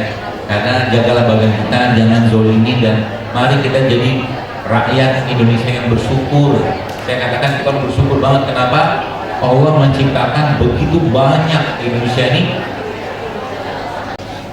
Allah menciptakan Indonesia itu sekalian berlimpah, ya, berlimpah tumbuhan obat. Sayangnya kita rakyatnya lupa, ya, lupa bahwa nenek moyang kita itu adalah nenek moyang yang hari-harinya penuh dengan rempah, penuh dengan limpah, penuh dengan jamu. Jadi kalau Anda tanya sama saya, dokter, kunyit aman nggak? Saya mau jawab baik-baik. Pernah orang Indonesia keracunan makan kunyit? Nggak ada. Jangan tanya kenapa. Baik. Mereka ini Bapak Ibu, ini kan jahe. Allah yang menciptakannya. Obat-obatan manusia yang buat. Lebih aman mana? Pasti ini. Pasti ini yang aman. Ya, tapi kita tidak menafikan obat-obatan. Kalau perlu dan emergensi darurat silakan pakai. Tapi kalau tidak, ini jadi solusinya setiap hari.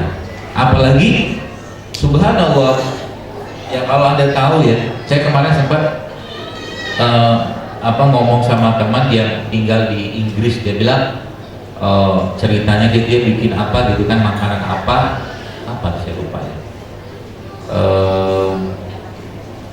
Lupa ya apa, tapi intinya makanan itu yang di sini cuma ubi, kolak ubi, kolak. Jadi ubi itu di sana satunya 20.000. Coba. Jadi saya tanya, satu mangkok kolak, ini kolaknya dia itu isinya adalah ubi, kemudian ada beberapa jenis labu dalamnya, tapi dia nggak pakai santan, dia pakai susu almond. Enak banget dia kan. Santan itu jangan dipanaskan. Jadi kalau ibu bapak sekalian bikin kari, bikinlah kari tanpa santan. Gitu, enak, tetap enak. Jadi begitu. Di Amerika daun pisang itu satu lembarnya 10.000. Tuh, ya kan? Biar Anda tahu betapa beruntung yang kita hidup di Indonesia gitu. Dan kita kaya dengan begini-beginian. Coba subhanallah, Allah tidak menciptakan ya. Allah tidak menciptakan atau menumbuhkan ini di daerah Jazirah Arab, kan nggak cocok, kan gitu. Tapi Allah ciptakan dengan superfood ini namanya kurma. Indonesia semua bisa tumbuh, kurma pun tumbuh, tapi meskipun nggak banyak tempat, tapi Allah menciptakan ada kayak rimpang, ini kan rimpang. Rimpang itu tanaman yang batangnya di dalam tanah, itu rimpang. Kunyit, jahe, lengkuas, ya.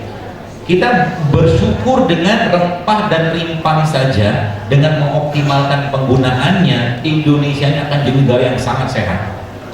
Serius. Sekarang kita lihat kenapa banyak orang-orang sakit atau masyarakat kita sakit-sakitan. Kenapa? Salah satunya adalah karena kita jauh dari mereka.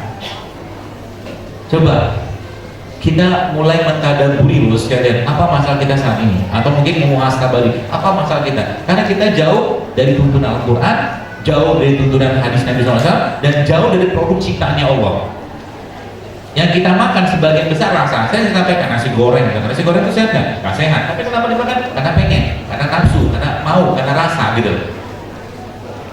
Maka mari diubah. Coba Bapak nyesel nanti kalau sudah sakit, serius, nyesel banget. Dan meskipun kita punya uang cukup banyak untuk berobat, yang namanya sakit itu tidak menyenangkan. Ya, mari kita kembali ke rempah, kembali ke rimpang. Allah menciptakan khusus buat negeri ini, ya, luar biasa. Ya, maka kita jadikan sebagai semangat kita untuk memperbaiki tubuh kita. Baik, ada yang mau tanya?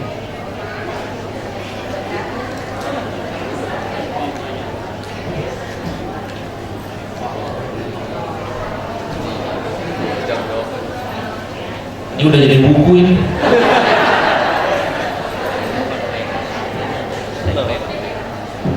Assalamualaikum warahmatullahi wabarakatuh. Kami ini pendonor ginjal dan penerima donor anak kandung kami, apakah ada efeknya kalau minum air rempah seperti serai, kukumber, segala macam? Insya Allah enggak.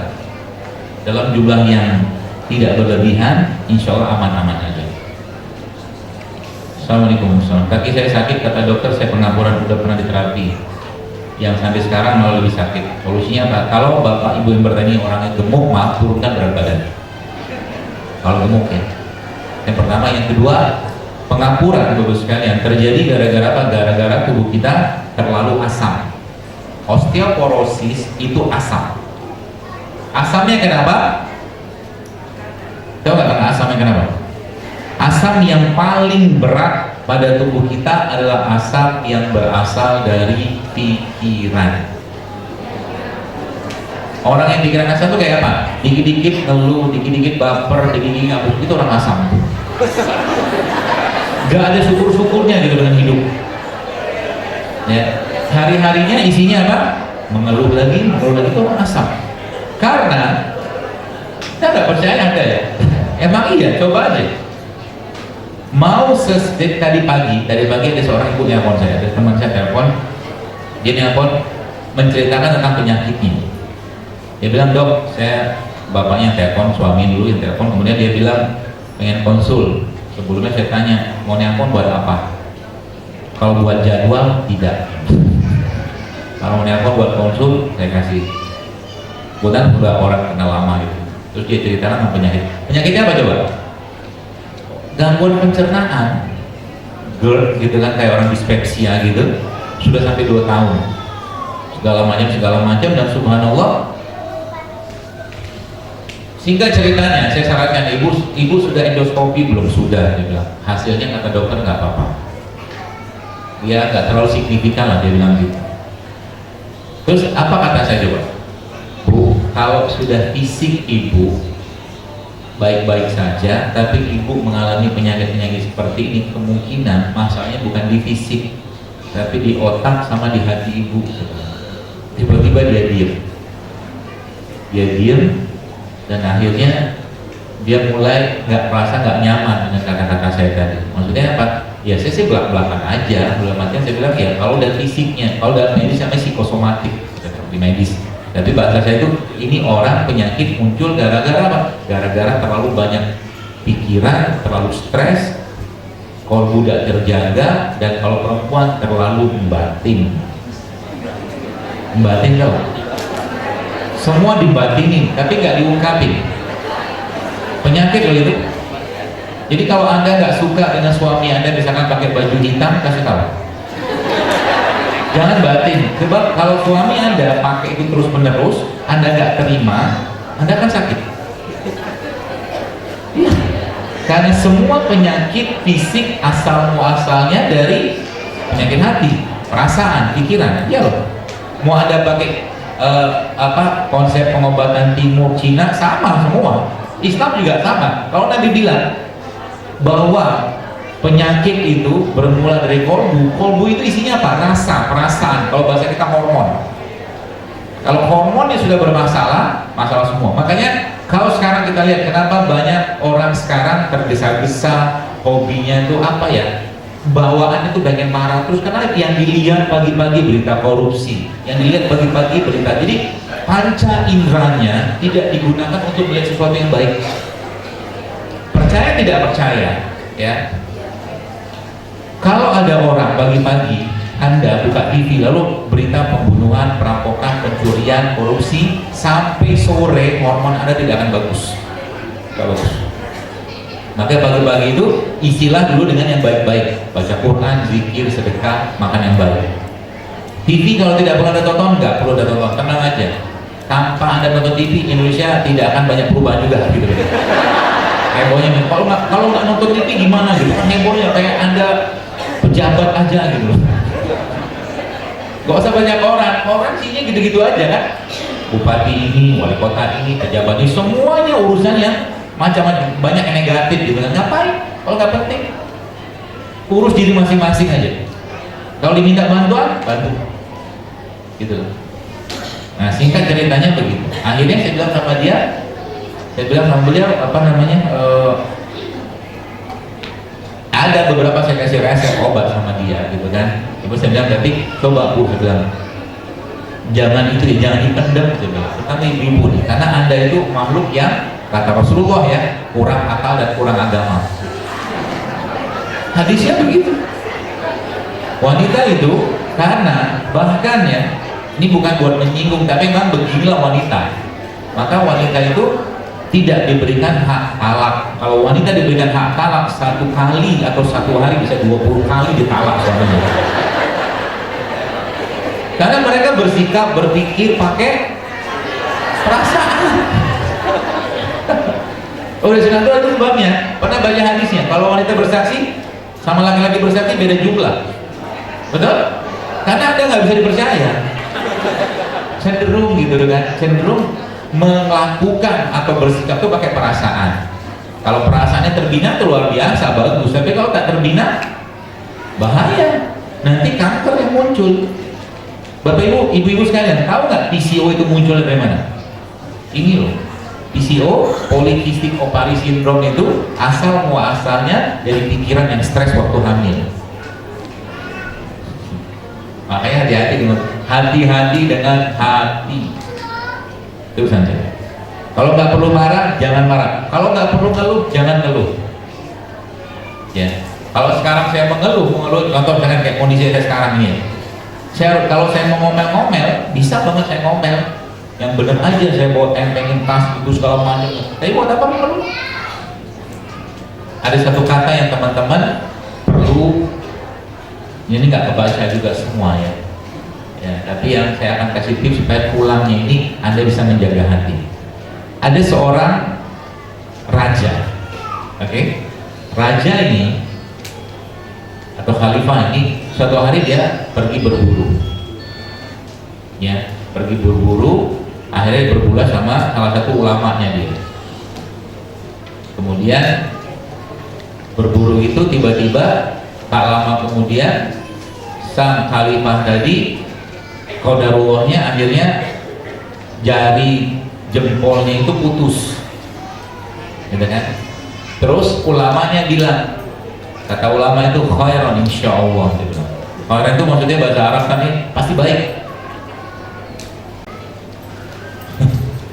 Assalamualaikum warahmatullahi. Mau nanya, kenapa baru sekarang datang ke Dumai?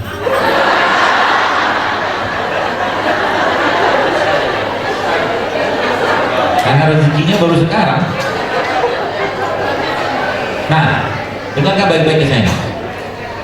Lalu waktu dia berburu tadi sama ulamanya tadi katakan khairan, pasti baik. Jadi kata-kata khairan itu pasti baik. Kata dia dengan marah si khalifah tadi. Ente tangan saya terputus, ente bilang pasti baik, apa ceritanya? Marah dia kan, akhirnya si ulama itu dipenjarakan sama dia. Singkat cerita, tak lama kemudian khalifah berburu lagi. Kisahnya begitu. Waktu dia berburu lagi itu, qadarullahnya dia tertangkap oleh satu suku. Nah, suku ini hobinya mempersembahkan manusia ke dewa mereka. Tangkaplah si khalifah, waktu mau dipersembahkan, disembelih, dibunuh gitu, tiba-tiba dicek.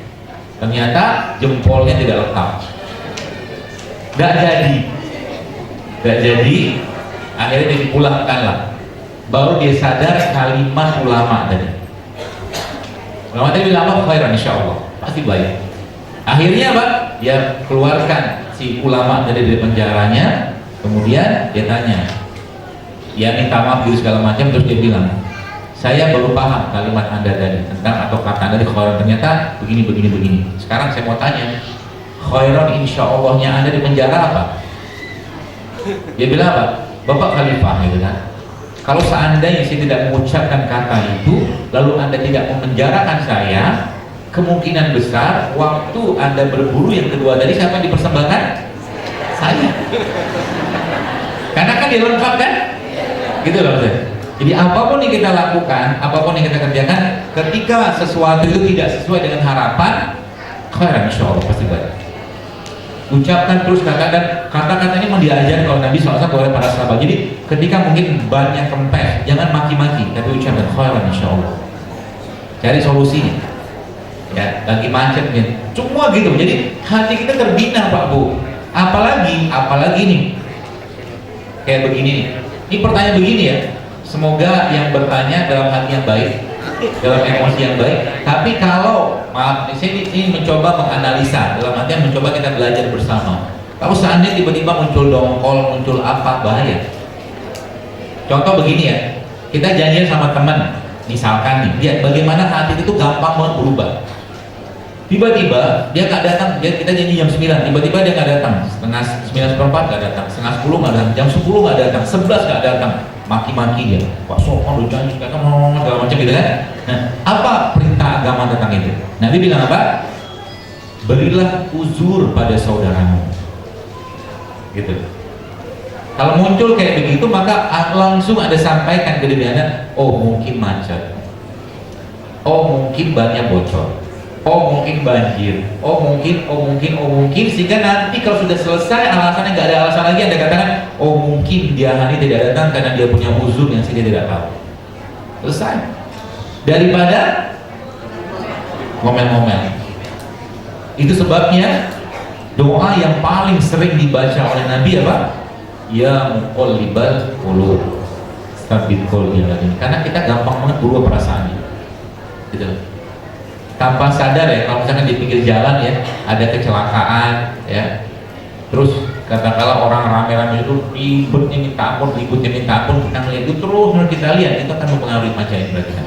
Kalau mau tolong, kalau nggak mau tahu jangan, kalau nggak mau tolong pergi aja. Itunya kita akan bermanfaat. Itu sebabnya di zaman Nabi SAW ketika beliau SAW melewati satu tempat, yaitu kampung Madain Saulah, itu Nabi SAW langsung cepat-cepat sama sahabatnya lewat situ, gak mau lama-lama. Betul? Betul. Karena mempengaruhi panca indera. Nah, kembali ke pengampuran. Pengampuran terjadi karena apa? Karena asam. Badannya terlalu asam. Asam karena apa? Karena 4 hal tadi. Pertama tadi, karena beberapa hal tadi. Yang pertama paling dominan karena pikiran. Maka jaga baik-baik hatinya. Yang kedua karena apa? Tadi nasi, gula, tepung, minyak. Itu asam semua tuh. Allah menciptakan. Kenapa bayi lucu? Bayi umur 0 sampai 6 bulan kenapa lucu? Salah satunya emang karena bayi lucu. Salah duanya karena bayi minum ASI. ASI itu pH-nya, kalau Bapak Ibu mau cek, itu pH-nya sama kayak air zam-zam. Ya ASI. Maka kalau Anda mau sehat,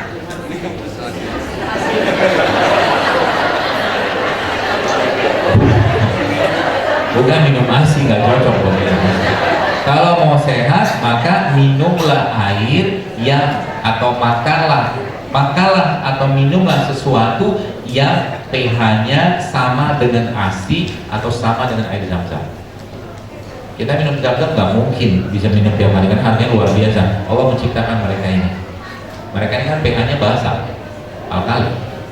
Itu sebabnya kalau Bapak Ibu baca penelitiannya, maka gennya kita itu berada pada pH 9, ikatan gen 9 tuh basah banget, alkali banget. Itu sebabnya Pak, untuk mempertahankan basah tadi Allah menciptakan begitu.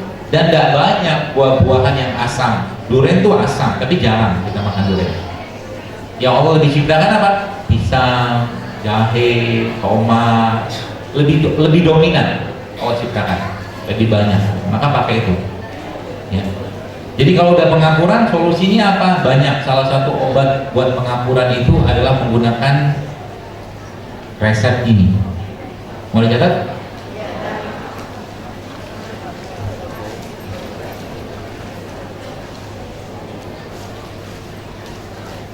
Bapak Ibu tahu ikan toman nggak? Ikan toman tuh dia satu adik-beradik sama ikan gabus.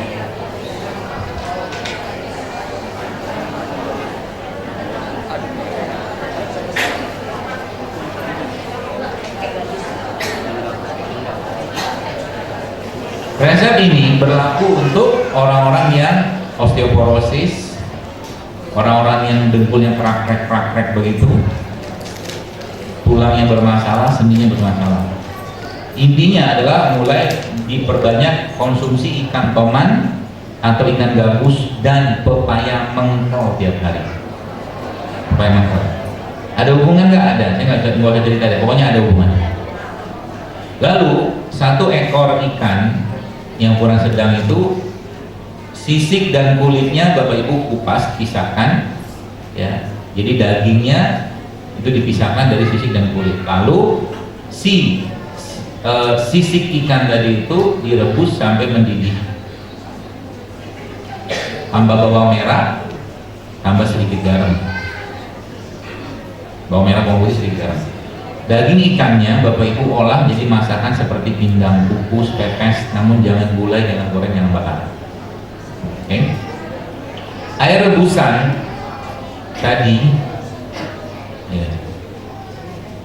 Air rebusannya Lus sekalian 500 cc itu bersama kulit ikan dan semua sisi-sisinya, kulit dan sisinya yang udah masak tadi di blender sama pepaya mengkel. Semuanya dimakan kayak bubur dan jadinya, jangan disaring, dimakan sekali sehari. Fungsinya apa? Bisa untuk orang-orang yang habis operasi gitu. Karena ikan tongman itu adalah salah satu ikan yang sangat tinggi kolagen dan albuminnya, di samping ikan gabus. Jadi kalau kita hari-hari bisa mengkonsumsi itu, maka kita akan terasup dengan albumin yang sangat baik dari ikan tongman. Bagusnya mana sama ikan gabus? Bagusan tongman. Kalau ketemu tongman, makan tongman. Ya. Kalau nggak ada tongman, gabus.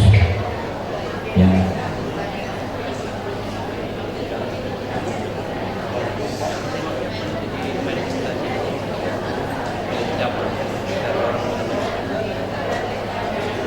Dokter, apakah jengkol baik dikonsumsi? Jengkol bagus, tapi jangan banyak-banyak, karena jengkol itu asam. Kalau bisa Bapak Ibu makan jengkol, makan sama itunya, kulitnya. Kulit itu dibikin kayak crunchy gitu loh, di oven atau di apa. Jadi waktu makan tuh ada crunch-crunchnya gitu. Jengkolnya boleh, tapi jangan banyak dan jangan digulai.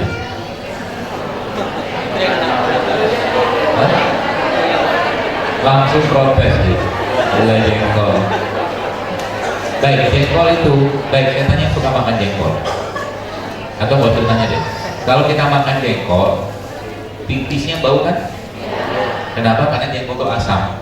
Anda bayangkan kalau orang makan gulai jengkol, sudah jengkolnya asam, santan itu kalau sudah diolah kayak begitu jadi asam lagi, double asamnya. Kalau sudah asam berlebihan ya, dari jengkol tadi, dari santan tadi, lama-lama akan melemahkan jantung dan pembuluh darah dari lemaknya tadi. Jadi sekali-sekali boleh, tapi tiap hari saya sarankan sih jangan. Sekedar himbauan, tidak melarang. Apa pengaruh probiotik dalam kerja organ tubuh manusia? Pentingkah bakteri? Penting sekali. Sudah jelaskan tadi probiotik. Ya. Nanti pencernaan kita itu kan ada 3 bakteri baik, bakteri netral, bakteri jahat. Yang paling banyak itu bakteri netral. Netral itu kalau kita makan katakanlah tempe, kita makan asinan, kita makan kimchi, dia akan berubah menjadi bakteri baik.